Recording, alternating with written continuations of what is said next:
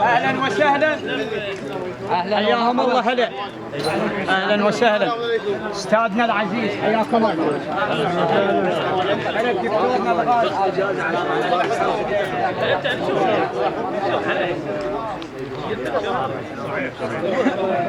حياكم الله. هلا اهلا وسهلا.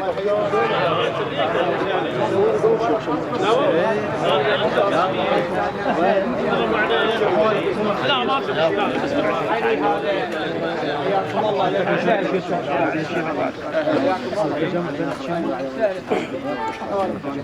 الله.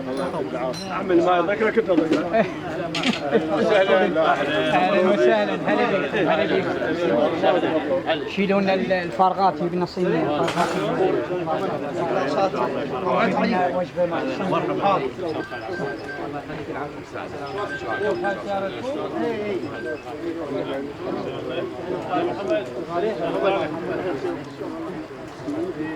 سريع رحم الله عليك.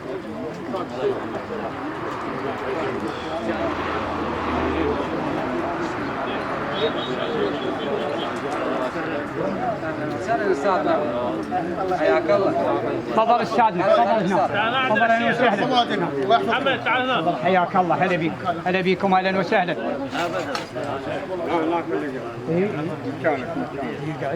تفضل دكتور علي.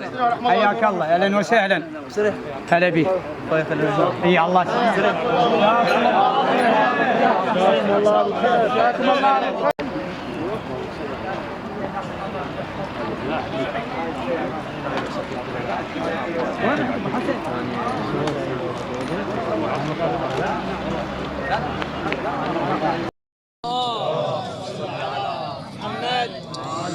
هذا السؤال النجاة، لأن علي بن أبي طالب بحديث الكساء لما النبي صلى الله عليه وآله رفع يده إلى السماء وقال اللهم هؤلاء بيتي من آذاهم آذاني ومن سالمهم سالمني لحمهم لحمي ودمهم دمي إلى آخر الحديث. يقول هبط الوحي جبرائيل وقال يا محمد إن الله يقرك السلام ويقول لك يا محمد ما خلقت سماء مبنية ولا أرض مدحية ولا شمس مضيئة ولا قمر منير ولا هواء ساري ولا ماء جاري ولا فلك يدور إلا لهؤلاء الخمسة محمد وعلي وفاطمة والحسن والحسين. اللهم صل على محمد وآل محمد. هنا أريد الفائدة من نقعد أنا وأنت بمجلس الحسين ونجي للمجلس نريد الفائدة. حب أهل البيت شنو الفائدة؟ فعلي بن أبي طالب يسأل النبي يا رسول الله ما الفائدة من جلوسنا تحت الكساء؟ فقال يا علي ما ذكر خبرنا هذا في محفل من محافل أهل الدنيا مثل هذا المجلس إلا وإن الله غفر ذنوب الجالسين في هذا المجلس. اللهم صل على محمد وآل محمد. نسأل الله أن يغفر لنا ولكم الذنوب. لذلك قال يسأل عن حبنا نحن أهل البيت. يقول الملائكة الأربعة المفضلين جبرائيل وميكائيل وإسرافيل وعزرائيل سلام الله عليهم. جبرائيل يهبط على النبي يقول له يا رسول الله يا محمد من صلى عليك 10 صباحا و10 مساء. قال له يقعد الصبح يقول 10 مرات يقول اللهم صل على محمد وآل محمد والمغرب هم يقول 10. شنو الجائزة مالتين؟ جبرائيل يقول له يا محمد من صلى عليك 10 صباحا و10 مساء اختطفته يوم القيامة على الصراط كالبرق الخاطف. اللهم صل على محمد وآل محمد. بعد ميكائيل اللي متوكل بهاي الدنيا بأكملها وكان الله عز وجل من طيب بكل ما أمور الدنيا من هواء من ماء من كل شيء. ميكائيل يهبط على النبي قال له يا محمد. قال نعم يا ميكائيل. قال يا محمد من صلى عليك 10 صباحا و10 مساء أعطيته شرب من الماء يوم القيامة لا يظمي بعدها أبدا. اللهم صل على محمد. يوم القيامة من أسماء يوم الفزع يوم الأكبر يوم القصاص يوم ومن أسماء يوم العطش الأكبر. يوم عطش يوم يعد بمئات السنين زين للوقفة للحساب، فيعطش الإنسان، فيقول له ما يعطش إذا أعطيه هاي الخطبة. زين يهبط إسرافيل يقول له يا محمد من صلى عليك 10 صباحا و10 مساء سجدت له سجدة تحت العرش، لم أرفع رأسي حتى أن الله يغفر له كل ذنوبه. اللهم صل على محمد. يعني ملك من ملائكة الله الصالحين يسجد لك سجدة الله يغفر ذنوبك لأنه تذكر أهل البيت. شوف المنزلة ها. يهبط ملك الموت إسرائيل سلام الله عليه يقول له يا محمد من صلى عليك هذه الصلاة حضرته عند الموت وأخذت روحه كما تؤخذ الشعر من العجين. اللهم صل على محمد وآل محمد. بمن؟ بمحبة أهل البيت عليهم السلام، محبة أهل البيت. فالنبي يقول يسأل بني آدم يوم القيامة عن حبنا نحن أهل البيت، وهنيانا اليوم القيامة يحمل هذا الشعار، هاي الهوية يوم القيامة يكون عنده حب أهل البيت. هنا لما اجوا اليهود يسألون بالدين الإسلامي وسئلوا الأول وسئلوا ما حصلوا، فالسؤالات عديدة. ناخذ اللي شاهد المجلس يقول هنا اليهودي سأل علي بن أبي طالب قال أسألك عن محمد، ما منزلة محمد عند الله؟ قال محمد خاتم الأنبياء، محمد حبيب الإله. قال بعد الموت قال محمد عند الله بأفضل منزلة بأفضل الجنان. يجي يوصل وين المحل شاهد ها؟ قال نعم، ولكن من مع محمد في منزلته؟ هل محمد وحده أم يكون مع محمد؟ قال نعم، أهل بيته والمؤمنين والمؤمنات. نعم، أهل بيته والمؤمنين والمؤمنات. فلذلك النبي يقول يسأل عن حبنا نحن أهل البيت يوم القيامة. وإن شاء الله حب أهل البيت موجود حب أهل البيت. لما هنا شي يقول هذا الإنسان كله، احنا سيد حسين الشرع يقول ما بقت عندي وسيلة ولا عمل غير حب المرتضى خير العمل. ما عندك سيارة يوصل لهنا هذا؟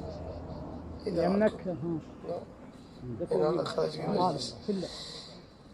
هنا يقول ما بقت عندي وسيلة ولا أمل غير حب المرتضى خير العمل. حاشا لأنه يعوفني بذاك المحل ونوخ بوادي حماه رجابي أصد وآيل للحسين. كل احنا اليوم نندب يا حسين ها.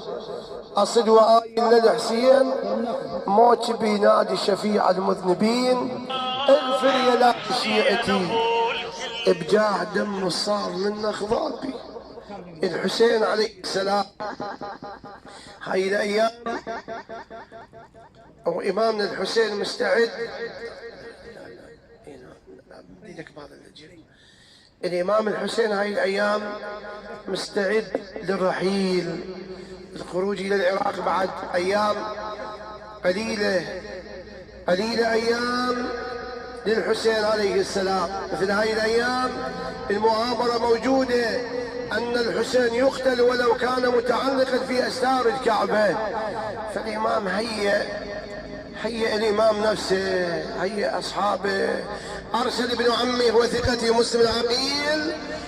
وهاي الأيام الحسين مستعد. تعلقت به الأحبار يقولون منهم محمد بن علي بن أبي طالب، محمد بن حنفية. قال أخي يا حسين أراك عازما على المسير إلى العراق لأهل الكوفة. قال نعم يا ابن والدي. قال أخي أنت تعلم أن أهل العراق أهل الكوفة ما فعلوا مع أبانا علي بن أبي طالب، قتلوه في محرابه. قال نعم يا ابن والدي، ولكن سمعت رأيت جد رسول الله صلى الله عليه وآله يقول ولدي يا حسين إن شاء الله أن يراك قتيلا في كربلاء. قال له زين إذا تقتل لما تأخذ النساء والأطفال؟ قال رأيت جد رسول الله صلى الله عليه وآله يقول إن شاء الله أن يرى النساء سبايا في كربلاء. ونعم الحسين أقبل إلى كربلاء للتضحية وللعطاء وللإنسانية ولكل الأبواب، وضحى بهذه التضحية وأعطى أغلى ما يملك، أعطى دموع النساء، حسرة النساء، علم الأطفال يوم كربلاء. لذلك يقول لما جن الليل على بنات رسول الله هدأت الأصوات نامت العيون، زينب سلام الله عليها خرجت في منتصف الليل. وين راحت؟ يقول راحت تبحث عن جسد الحسين، تجلس عند جسد وتقوم إلى الثاني.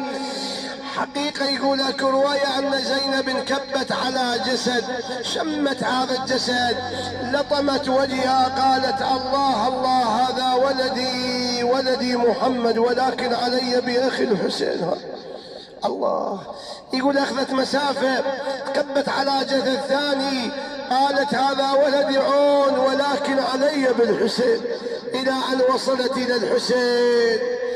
انحنت عند أبي عبد الله. إيش قالت لزينب؟ قالت له يا أبا عبد الله، خاف تقول زينب ما جتني، وتدري شلون جيتك، شنو اللي وصلني إليك؟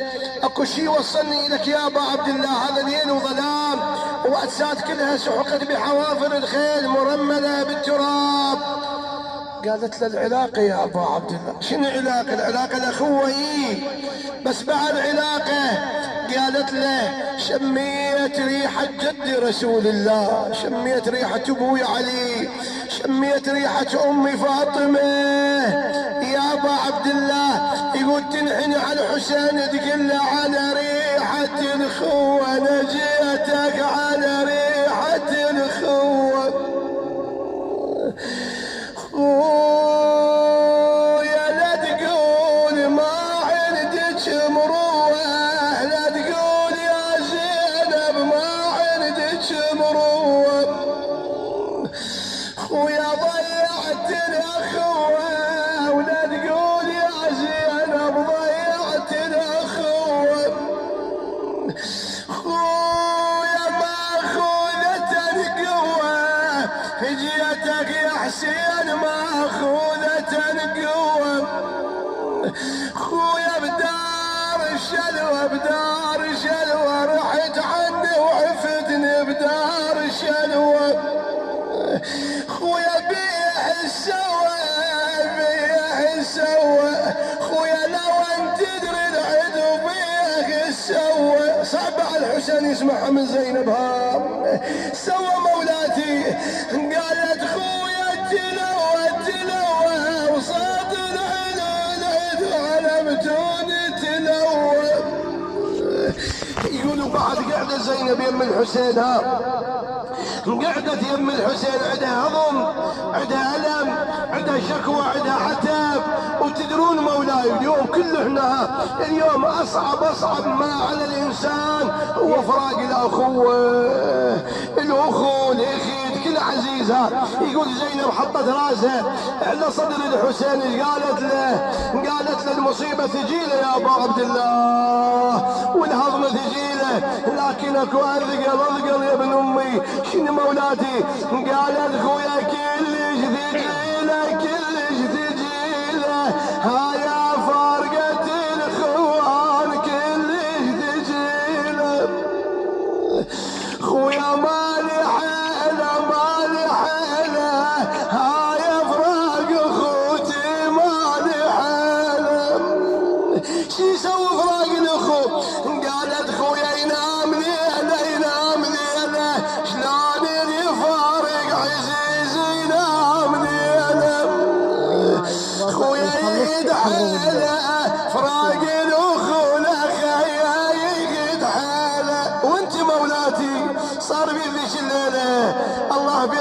تعال. يقول زينب يم الحسين انحنت قالت له يا ابا عبد الله اللي يروح منا عزيز ما يقدر ينام ليله وما يقدر يهدى. قالت له واحنا انت دللتني واحنا مدللين وباكر ننهضم باكر يسبونا باكر يهضمونا باكر يشتمونا لا انت ولا ابو فاضل ويانا يا اللي دافع عنا ياهن. زينب تنحني عن الحسين تنحني يمه على صدر الحسين تقول له اخويا ما حولنا ما حولنا عيون النوم عقبك ما هونا. شلون تهوى العين والعزيز ما هو خويا ما هونا ما هونا عيون النوم عقبك ما هونا خويا وباكر معاش الذل يا ابن امي مو شنا ما هونا ما هونا لو ان عليك ونا شنو من ونا مولاتي قالت لو ان عليك ونا ما هي ونا لانك وفي وذاتك خويه يا ابن امي. يا الله يا الله اللهم نسألك وندعوك بالحسين الوجيه جده وأبيه وأمه وأخيه